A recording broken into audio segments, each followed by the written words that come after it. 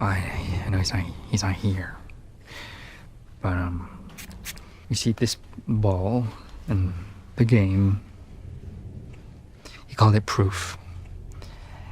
He said, sometimes the world gives you a moment to shine, and if you do, well, there's a name for that kind of hero. He called him Mr. October. Mr.? Welcome to Alien Earth, the official podcast. I'm your host, Adam Rogers, here every week to grow and expand inside the chest of an episode of Alien Earth and then burst outward in a gory shower of insight. This week, episode 2, Mr. October. We're full of spoilers, so I'll understand if you bail out, but it would be a mistake, because on this episode, y'all, I am verklempt. We have Man in Suit today, my friends. Cameron Brown, the eponymous alien from Alien Earth. After that, actor Essie Davis is here to talk about her character Dame Sylvia, the hybrid's own Dr. Frankenstein. And finally, co-executive producer Migizi Pensino is back to talk about, well, death, actually, and whether humans should try to beat it, even if we could. But let's kick off with executive producer and episode director Dana Gonzalez on the literal When Worlds Collide vibe of episode 2 and that weird Louis XIV's party. I love Alien, just like everyone else who was captivated by it. There's a lot of story, there's a lot of depth to it. I've been working with Noah Hawley since season 1 of Fargo. Fargo is a remake of a fabled story show and everything, and Alien is another one. There was a lot of people who said, don't do it. But Alien has different voices in the franchise, where Fargo had one, the Coen brothers, right? We tried to kind of stay into their filmmaking style, and we didn't want to jump the shark there. It wasn't like we're going to do like this handheld version of Fargo. And Alien, because you have the Ridley Scott, the James Cameron, the Fincher, there's definitely different styles in all that. So it was more like, which one do we want to be more like, right? When you're doing remakes on shows, sometimes directors are like, don't even watch that original movie because I want to do this differently. We never approached it that way. If anything, we were looking at the movies a lot. And then naturally, Alien Earth it's a different world. We have different characters, different character development. So now it's like, how can we bring the successful story points that the Alien fans love and those timeless things, the chestburster, all these things, how can we bring those into our world? I think that's how we approached it. There's kind of a literal moment where those two worlds crash together. The Maginot, the ship that you've created for the show, literally crashes into Earth and it hits the skyscraper on Earth. So there's all the things that we know about alien stories that happen on confined spaceships, and now it comes to Earth. How are you thinking about that as a visual moment, as a storytelling moment? Like, okay, now this becomes our Alien show right here. Yeah, that's when some of the creatures and the characters collide. That's kind of our new place, right? That's now ours. What is that world? It's a lot of water and humid and mold driven, and it's ran by corporations. So it's like, we never knew what Weyland-Yutani was, really. It was just this corporation. Obviously, the corporation 30 years ago was a different interpretation of what we think corporations are today. And then, ironically, you have these 5 billionaires that are running the world. What could that possibly be like? I have no idea what that...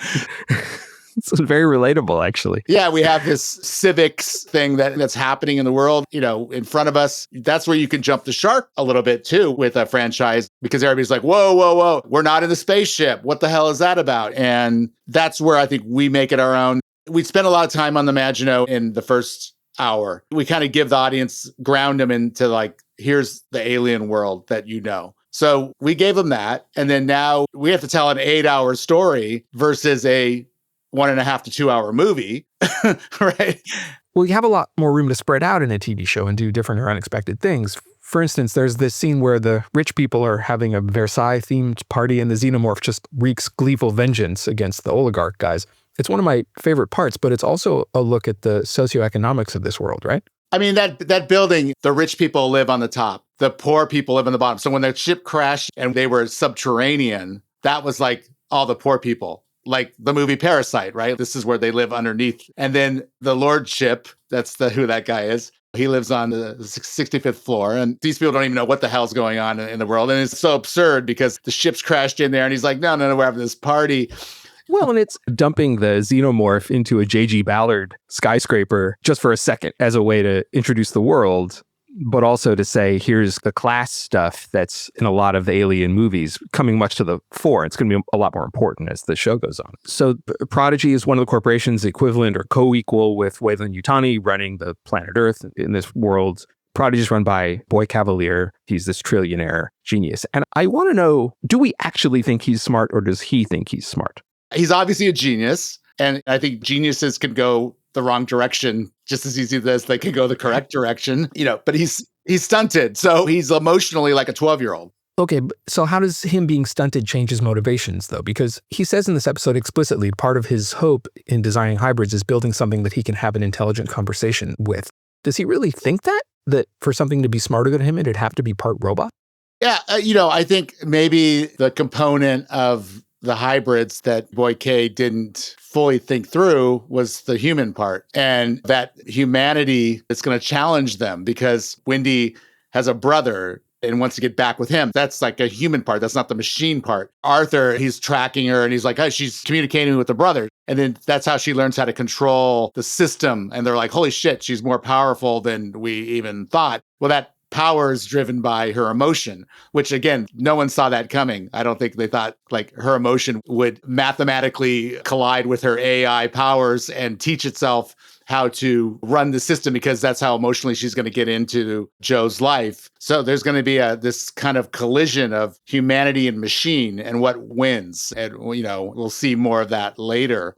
There's a lot going on here already in these first couple of episodes. There's an article from the 90s by a postmodern feminist theorist named Donna Haraway called The Cyborg Manifesto, where she talks about cyborgs and being post-gender and sort of post-family and having technology embedded with you. And I feel like there's a lot more of trying to figure out what a cyborg is, what an artificial person is with this, and how those fit into notions of family. I wonder if that's something that you were thinking about too, how to learn to be a post-human cyborg entity in a post-human world. We explore this as the season goes on, especially with Wendy, let's say, as the protagonist of this all. Like, which side is she going to lean into? Human or machine? What's going to win out? So that's evolving. She's doing a bit of the party line at the beginning where she's like, when Boy K took her from the family and told her father that he would save her life, but she'll never be able to contact them again. She's kind of holding that party line until emotionally she gives in. So the crash of the ship is the catalyst of their relationship getting back. She just reconnected with her brother,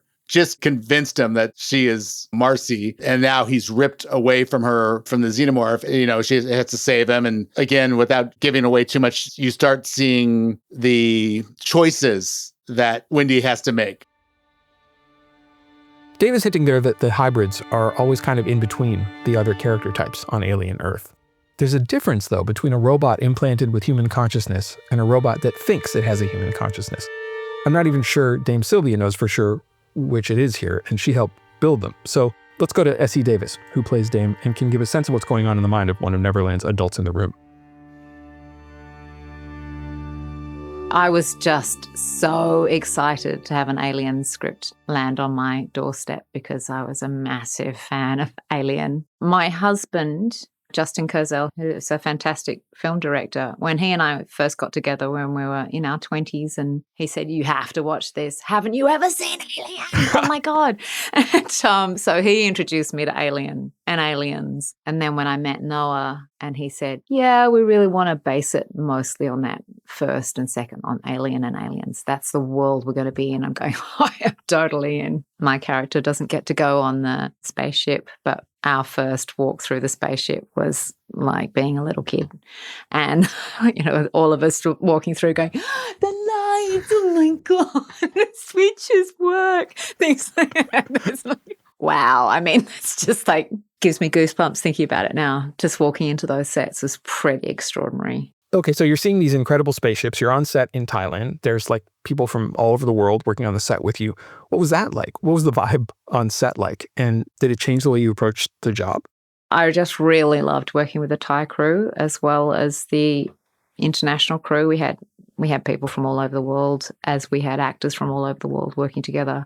It was a really international, fun, eclectic group of people. And it was huge. And, we got together as a cast and we'd go and read in someone's room and read all of the episodes, often not play our own characters, play somebody else's character so that we could just be free of having to do anything performance-wise. And in a way, that was nice because we didn't have the pressure of being watched by a bunch of producers. Like, do you use those to work through options, or does that become like, here's how I'm going to do it? Sometimes if we were playing our own characters, then sometimes, but quite often everyone would go, okay, I'll be Wendy. Or one of us was, narrating all the big print. And so, yeah, we just had fun. And sometimes people's interpretations were so stupid, it would never, ever, ever, ever be done in that way whatsoever.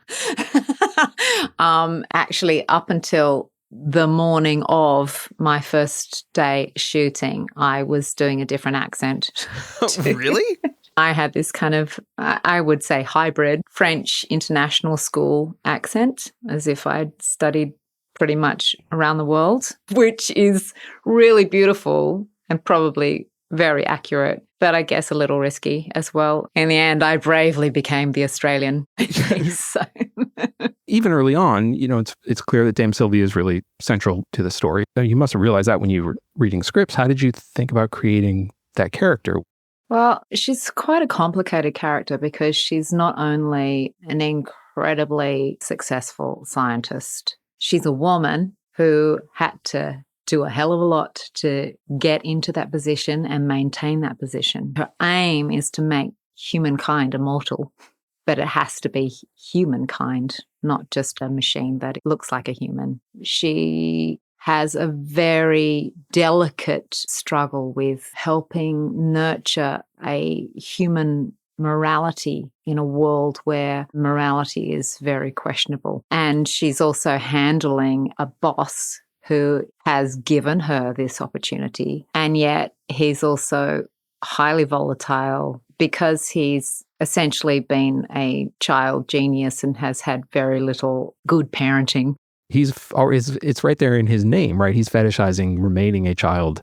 Yeah, but Boy K, he wants to stay a child, but he never really was a child. He never had a childhood, so he's deluded. Anyway, he thinks he's Peter Pan.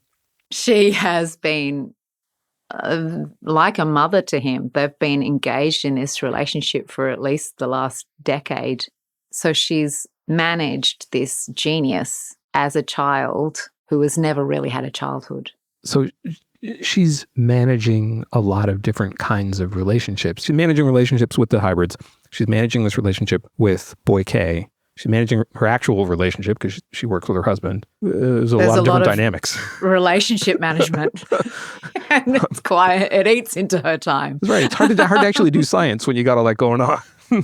There is a lot of that going on. But it is so important to her that her creations remain human. I love Adarsh and Jonathan's characters. They're just constantly in child mode. They're still way down in the I'm a boy, I want to play. Like Boy K's never been like that, right? Like he's never been like that. He's never stopped to play. Children have this infinite imagination. Yes, they do. But he's never spent any time in the wonder of that infinite imagination. Whereas all of these kids have in their own way. They're essentially children that need the time that a normal human would take to grow into adolescence and to become adults. I guess that's where the real difficulty lies, is who are the moral guides in this world, because Kirsch doesn't give a about humanity and neither does Boy K, really.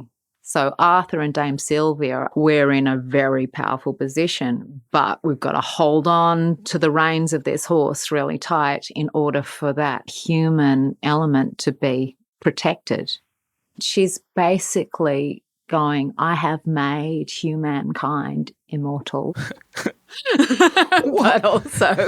but also it's got to be very delicate. Otherwise, we're just going to have a bunch of fucking brats, excuse my swearing, running the world forever and doing really naughty things. You mentioned the weird position that Dame Sylvia and that Arthur, her husband, are in.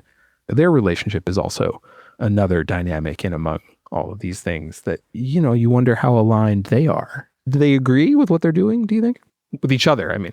I think that in the privacy of their own home, they probably have a lot of how we're going to handle Boy K conversations. What are we going to do? How are we going to tackle this? Initially, they're very aligned, but actually, in their dynamic, Dame is the boss. She's way higher up the food chain and is privy to much more classified information than Arthur is, which is pretty tricky. You know, they love each other. They love each other deeply, but their work has been completely all-consuming of their lives and relationships. And Dame Sylvia's she's got to reach the absolute top of her game, and there's no time to stop and have children if that where she's got to get to. And as much as he would love them, here we have them. We have them. Look. Alien movies always have like weird, kinky, maternal stuff going on. That's one of the, especially the Sigourney Weaver cycle has a lot of that happening. But you're the scientist here too. You know, you actually did create them. It's not just found family stuff. So where I made up this spectrum between, you know, Mom and Dr. Frankenstein. Where do you put Dame Sylvia? I think she's on a sliding shifter between those poles. Right. I think that she genuinely has a great love of these children, but she has chosen them to experiment on. I think she does see them as her amazing creation. But as much as she loves Marcy, she loves her in her Wendy body. Okay, as he's digging into some complicated human emotions there, and as a completely human type person myself, I'm obviously familiar with them. But look, you're going to hate me if I say I'm kind of here for the xenomorphic alien with acid for blood, you know, the reason colonial marines nuke sites from orbit, an organism whose perfection is matched only by its hostility. You know, I'm saying Cameron Brown, who plays the xenomorph. I got sent a self-tape briefing with a list of movements and requirements that they wanted to see for a nondescript creature for an untitled show. It was about 14 different specific movements they wanted to see, including crawling and walking and jumping and lunging and attacking, and things like how the creature would start in a smaller shape and expand outward, and then from an expanded shape contract again. We want you to extend a teeth-lined tongue outward, if you can just manage that for us. Had you done that kind of movement work in addition to stunt work? I would make a distinction between those things. Maybe I'm wrong, and those are actually all part of the same talent and skill set. Everything performance-wise is connected in some way. So in stunts, you get bleed through into acting when you have a character that's slightly more featured, or you might be given dialogue. And creature performance is another one that bleeds over. While auditioning for this show, I was working on the Planet of the Apes movie, the latest one, as a stunt performer on that. As part of that, we were required to play chimpanzees and gorillas. So a lot of the creature movement from that bled over into not just the fight scenes and the action, but performance capture of those creatures.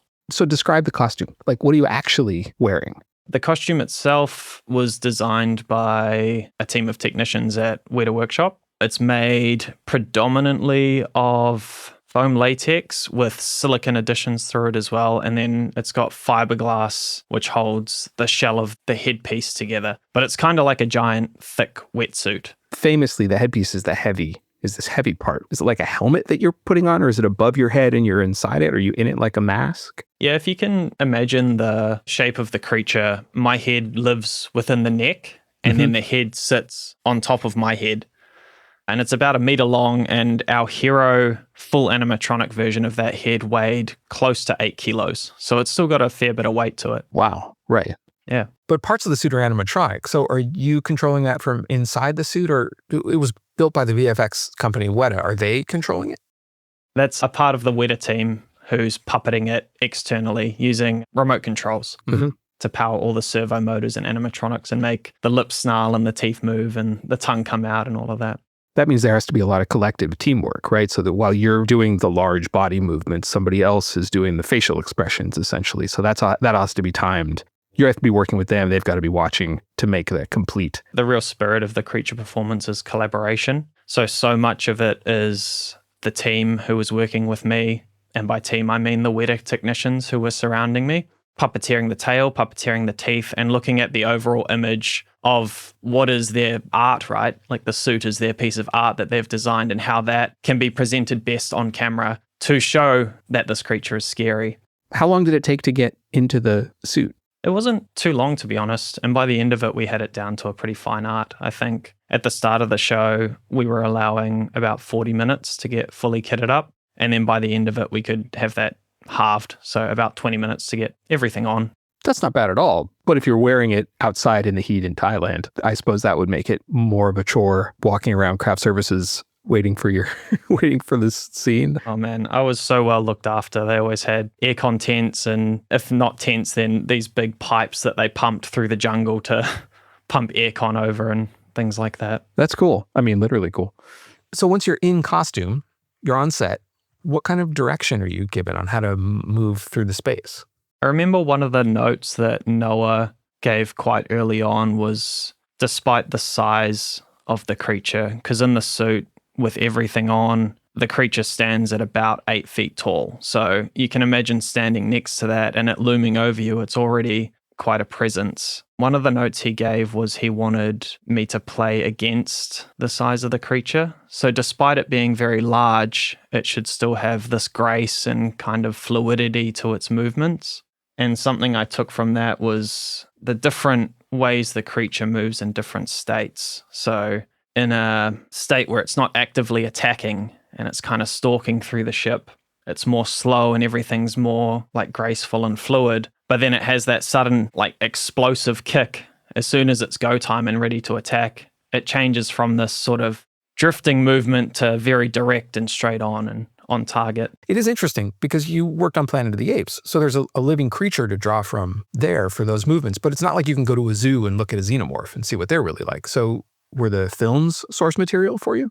I watched the first one and the second one over and over, and then the third one. I took a lot from Alien vs. Predator as well. There's a lot of really cool movements in that movie. I think it would have been silly for me not to try and incorporate what was already a very, solid and well-established character portrayed by these incredible performers and try and pay homage to them and continue their legacy. Like you said, there is no zoo or anything where you can go see this creature, but there is a ridiculously large fan base. And so there's so much fan art and concept art and everything out there showing the xenomorph in different poses that fans think are cool in ways that they want to see it. So I looked at a lot of those as well and tried to take those freeze frames and then see how I could incorporate those through the movements as well. There's a scene that I've been asking a lot about in episode 2, the Louis XIV costume dress dinner. Can you talk about what it was like to film that and what your movement through that scene was? My understanding is that it involved getting like really swung down, like that it was a real plunge into the room onto the table. So Sure. I wonder what that was like for you. When we first walked onto that set and saw the other artists in costume, because all of the corpses in that scene were all artists who were fully dressed up. They weren't dolls or anything like that. So they all went through makeup and then had all of the gore and stuff added to them. And the art department having designed that space as well, walking in straight away, it was very contrasting to everything else we'd seen on the show so far. The action piece that you're speaking about, which is the xenomorph leaping off the balcony and attacking one of the characters, was possibly one of the biggest standalone stunts I've done in my career so far, and also one of the most enjoyable. Everything on the show we tried to do as practically as possible, and I think this stunt in particular shows the whole culmination of this. We had all the departments working together. The camera movement was on a dolly, not on tracks, just a free dolly. Alex, the actor, in the shot as well, down below.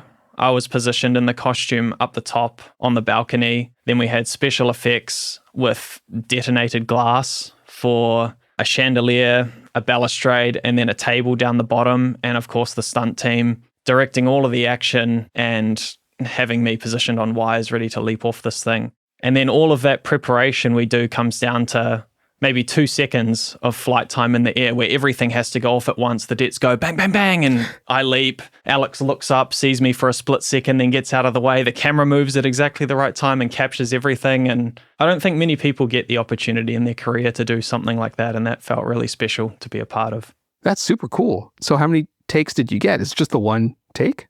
2 takes. We did 2 takes of it. Of the whole thing. So you did this. So they reset all of that stuff that gets detonated, do it again. That's right. To come through. Wow. All of the rubberized glass that they fired out, they had to sweep off the floors. All of the breakaway stuff had to be reset. The chandelier reset, the camera reset, all of that We did a few block throughs before without all of the debts, obviously, but as far as cameras rolling, yeah, I believe it was 2 takes. So from Cameron Brown wreaking alien havoc in the xenomorph sequences to some more kind of weighty flashbacks of Hermit's life with his family, episode 2 runs a real gamut. But I want to lean into the pathos here a little bit more. When Wendy finds Hermit, her brother, she explains that their father approved putting Marcy's mind into the new Wendy body. But are those memories enough to make a hybrid human? And do they make the hybrid the same human? If you knew you pretty much couldn't die, what would keep you human? Those are all very easy questions for writer and co-executive producer Miguel Z. Pensado. Kirsch lays out to Wendy, you used to be food, really. To him, to this synthetic being, that's what humans really were. They were just a part of the food chain. And it's really our consciousness, our sense of self that makes a human human. And for me, I would take it one step further, that it's not just our relationship to ourself or the awareness of us having a self, but instead it is a relationship to others and how we care for or how we feel about others. That connection to another person, another being, another creature or whatever. Whether you go even deeper and get into, quantum entanglement or any of that, we are connected on some level to other beings around us. And I think that the hybrids, even though their bodies are synthetic, their consciousness is constantly reaching out towards others. And I think that for me, that was enough for me to say, they're human. So perhaps they're human in some way, but after the transference, are they still the same human that they were before? Or are they human in a new way? I don't know. Is that even a question worth asking? For me, I would say that the more important question comes down to autonomy, and it's how do they see themselves? Whenever you're dealing with artificial intelligence or any of that in science fiction, it's like we know for a fact that these were human children that came from human bodies and are now transplanted into this synthetic body. And it's like, well, that's one step past AI.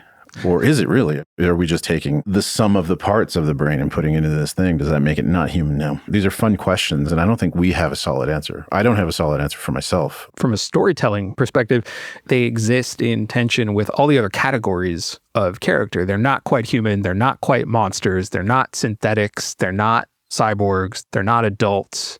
They're not corporate. They're all the things that everybody else isn't. And that means that the dynamic is always one of opposition. Yeah. With anybody they're talking to. Yeah, not just opposition. I feel like relationship, just regardless, because it's like, to whom do you identify is as interesting a question as how you see yourself. Like, let's search for a sense of self within others. And I think that, we've socialized, we form groups, we form relationships with people and animals and all of that. With the sense of self, we reach out to recognize ourselves through other people. And I think that is fundamentally what makes up A, good drama, but B, the search for this humanity is made up of that question. And I think that each one of these characters goes through that constantly. And it's really a question of then where do you stay? Which side do you stick with? And that question of like, am I a human? Am I a monster? Am I a creature? Am I something else? Again, there are no answers, but the question is always in flux for each of the characters. The hybrids have a built-in capacity for like human adjacent feelings. They have approximations of hormones and emotions. All that stuff's kind of designed into their software and hardware, but obviously they can be manually adjusted or turned off entirely. What does that do to their humanity? Yeah, it still exists in this way. They've quelled some of that, as they say to Wendy in the first episode. They've turned down some of the simulations of serotonin and all of that kind of thing. But the ego is still there and the consciousness is still there. And I think that they're in a battle with like, well, it's, as Dame Sylvia said, we can't keep messing with these kind of things because we're exploding human potential. We're trying to like make humans, this is the idea. And I think if you were to look through Dame Sylvia's eyes and look at the sales pitch of it, I think the important thing to her is that you still get to be yourself if you go into this synthetic body. We're not making you into a machine. You still get to be you, just, immortal and indestructible. It's an important thing for Dame Sylvia. It is absolutely unimportant for Kirsch. I think if Kirsch had his druthers, he would absolutely turn off everything that's human about the hybrids. I think he would want to see what their potential is unencumbered by the feelings, but still being human. Dame Sylvia is, you can transcend death, but retain your humanity. Mm-hmm. Kirsch has he's like, I didn't have that humanity in the first place. Yeah. So it's absolutely unimportant to him, for sure. Right. But I think that it's important to him in the same way that it's important to Boy K. I mean, Kirsch is tied with Boy K's wants and needs in that way. And I think that he recognizes it, but it's, I think, for whatever autonomy Kirsch may have, I think he would just rather work with more synths. Maybe not. So you've got all these different types of beings, different levels of humanity, different kinds of simulated humanity. What are the conversations like with the actors about how to play it so the differences come across? One of my favorite sort of anecdotes is watching two sort of masters in this craft. It wasn't a conversation I was a part of, but I got to sit back and watch of Noah and Tim Oliphant talking about Kirsch doesn't have the capacity to display sort of anger or that kind of thing. It's not really a part of his coding, but he clearly has some motivation. So how do you display these kind of things? And it might not be in a way that's necessarily obvious or apparent to people, but are the occasional smiles that Tim gives to Boy K, and you're like, oh, there's something else behind that, which is really, I mean, the best actors do. It's whatever's on their face isn't necessarily the feeling that's being emoted behind that. So if you can convey that underlying feeling while doing something completely different with your body and face, I think that's a really interesting challenge. I imagine there's a little something behind every character's facial expression when they're talking to Boy K. He's not exactly someone you stay neutral on, especially the way Samuel comes at the part. There is one bit of trivia that you won't ever see that I will give you, because it is a thing that I am sad to have lost. Obviously, in the sake of time, it needed to be cut. But the scene between Dame Sylvia and Boy Cavalier, where he is chomping away on the proverbial apple of knowledge, the end of that scene originally had him just throwing that apple on the floor, which I absolutely loved. And that now is no longer a part of the scene, but, it's a nice little bit of IMDb trivia if anybody ever listens to this. So there you go. That's another episode of Alien Earth, the official podcast sealed into hypersleep. Next week, Boy Cavalier gets some alien-shaped toys to play with, and this is what it sounds like when facehuggers cry. That's your teaser for episode 3 of FX's Alien Earth. If you get a chance, you can rate, review, and follow Alien Earth, the official podcast, wherever you get us from. I'm Adam Rogers. I'll see you here next week.